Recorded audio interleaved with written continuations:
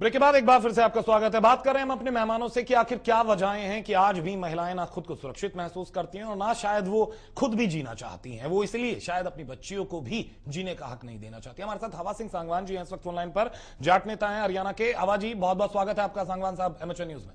धन्यवाद जी। हवा सिंह सांगवान जी, अक्सर हरियाणा में जब बातें होती हैं, किसी भी मुद्दे पर बातें हो, तो खाप पंचायतें या जो तमाम नेता हैं वो बड़े सवाल उठाते हैं महिलाओं पर। मैं यहां किसी पर कोई सवाल नहीं उठा रहा हूं, लेकिन सवाल यह है कि जब हम किसी भी प्रथा की बात करते हैं, समाज की बात करते हैं, रीति रिवाजों की बात करते हैं, परिवार की बात करते हैं, तब तो खाप पंचायतें खुलकर सामने आती हैं। लेकिन इतनी जो बच्चियां मर रही हैं उनके लिए खाप पंचायत क्या कर रही है? देखो जी, बात यह प्रॉब्लम ये खाली हरियाणा की है, पूरा उत्तर भारत बेटों को मानता है, लड़कियों को नहीं मानता। पूरे उत्तर भारत में लड़की की कोई इज्जत नहीं है। बेटा पैदा होगा तो सब कुछ होगा पैदा। आज भी ये स्थिति है। केरला में ऐसा नहीं है, उत्तर जो अपने राज्य हैं नागालैंड का, वहां ऐसा नहीं है। हवा सिंह सांगवान जी, मैं ये बात मान रहा हूं, आपकी बात, आप भी वही बात कह रहे हैं जो मैं कह रहा हूं, लेकिन मेरा प्रश्न ये है कि आप भी मानते हैं कि लड़कियों को लेकर सोच अलग है, लड़कियों को लेकर सोच अलग है, लेकिन क्या किया जाता है? अगर एक खाप पंचायत एक ही जाति में शादी करने के बाद या एक ही जाति में हरियाणा की जो पंचायतों के लोग हैं, जो आप जैसे बड़े दिग्गज लोग हैं, तब काफी नाराजगी जाहिर करते हैं, तमाम चीजें करते हैं, लेकिन जब लड़कियों की बात आती है नाराजगी कह तो देते हैं, लेकिन कोई कड़ा कदम क्यों नहीं उठाते? आप ये क्यों नहीं कह देते कि आपके गांव में अगर कोई कन्या मारी जाएगी तो आप उसे गांव से निकाल देंगे? देखो जी, ऐसा है, ये मामला समझने का। आज तक खाप पंचायत के इतिहास को, खापों को किसी ने समझने की कोशिश नहीं की है जी। ये बातें सही, ये कहे कि धोनी को समझना है बात को। बिल्कुल। खाप ने किसी को मर्डर किया होने की जिम्मेदार नहीं है, समझो इस बात को।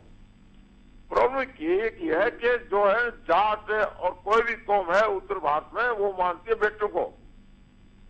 जब तक बेटियों को अधिकार नहीं मिला, बराबर का नहीं चलेगा ये काम।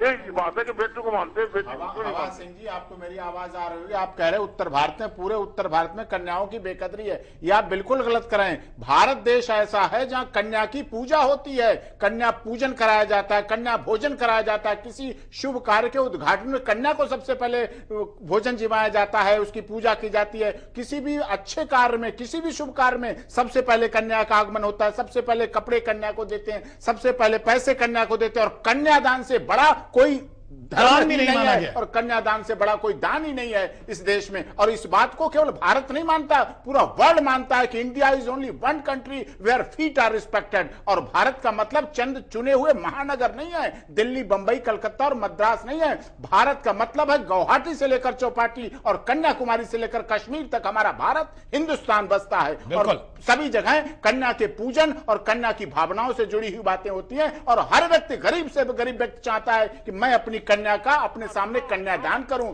जी हवा जी, क्या कहेंगे आप इस पे? सिंह साहब कह रहे थे। हाँ सुनो जी, आप बड़े भाई जो आपने प्रश्न पढ़ा है जी, बहुत बड़ा प्रश्न कर दिया। सब मानते हैं कन्या बड़ी, ये बड़ी, देवतियां बड़ी, ये बड़ी बने, लेकिन दिल से कभी लड़की पैदा होती है उत्तर भारत में, कभी नहीं मानता कि बड़ा बढ़िया है काम। ये झूठ है, बेईमानी करते लोग।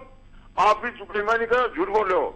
लेकिन हवा सिंह सांगवान जी, आप तो सच बोल रहे हैं, आप सच बोल रहे हैं। आप आज ये कह दीजिए, आप जितने लोगों को जानते हैं, आप जिस गांव में रहते हैं, क्या आप इस चीज के लिए लड़ेंगे कि आपके गांव में अगर किसी कन्या की हत्या होगी या कन्या के साथ बेकदरी की जाएगी या वहां पर दहेज मांगा जाएगा या लड़की को सताया जाएगा, तो आप उसे गांव से निकालने के लिए आगे आएंगे? सुनो मेरी बात, मैं पक्का हूँ, सुनो मेरी बात जी।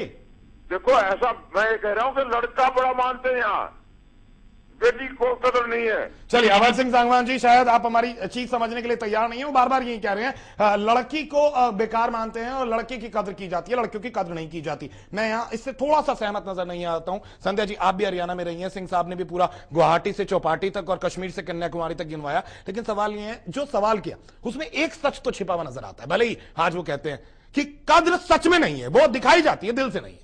नहीं, वो ठीक कह रहे हैं, स्पष्ट बोल रहे हैं। मैं तो कह रही हूँ बहुत ही साफ सुथरा बोल रहे हैं कि नहीं है जी, लोग लड़कों को ही प्रेफरेंस देते हैं। हरियाणा में ये है कि हरियाणा का दुर्भाग्य है, वैसे तो ये पूरे इंडिया में ये बीमारी फैल गई है। नॉर्थ और साउथ की तो बात ही मत करिए, जम्मू कश्मीर में भी है ये, उत्तराखंड में भी है, उत्तरांचल में, जहां पे कि कभी ये समझा जाता था कि लड़कियां जो है वो बराबर लड़कों के काम करती है, वो कभी नहीं फर्क रखते थे हिमाचली लोग, लेकिन आज वहां भी रखने वहां लगे पर हैं। भी है। लेकिन मैं इनकी बात का जवाब दूंगी कि हरियाणा का ये दुर्भाग्य है कि रेशो बहुत कम होती जा रही है। पहले पंजाब नंबर 1 पे था, आज हरियाणा नंबर 1 पे है। पंजाब में पहले बहुत सारे ये टेस्ट होते थे और कोई किसी तरीके की फीमेल पेटिसाइड का PNDT एक्ट का नाम ही नहीं था।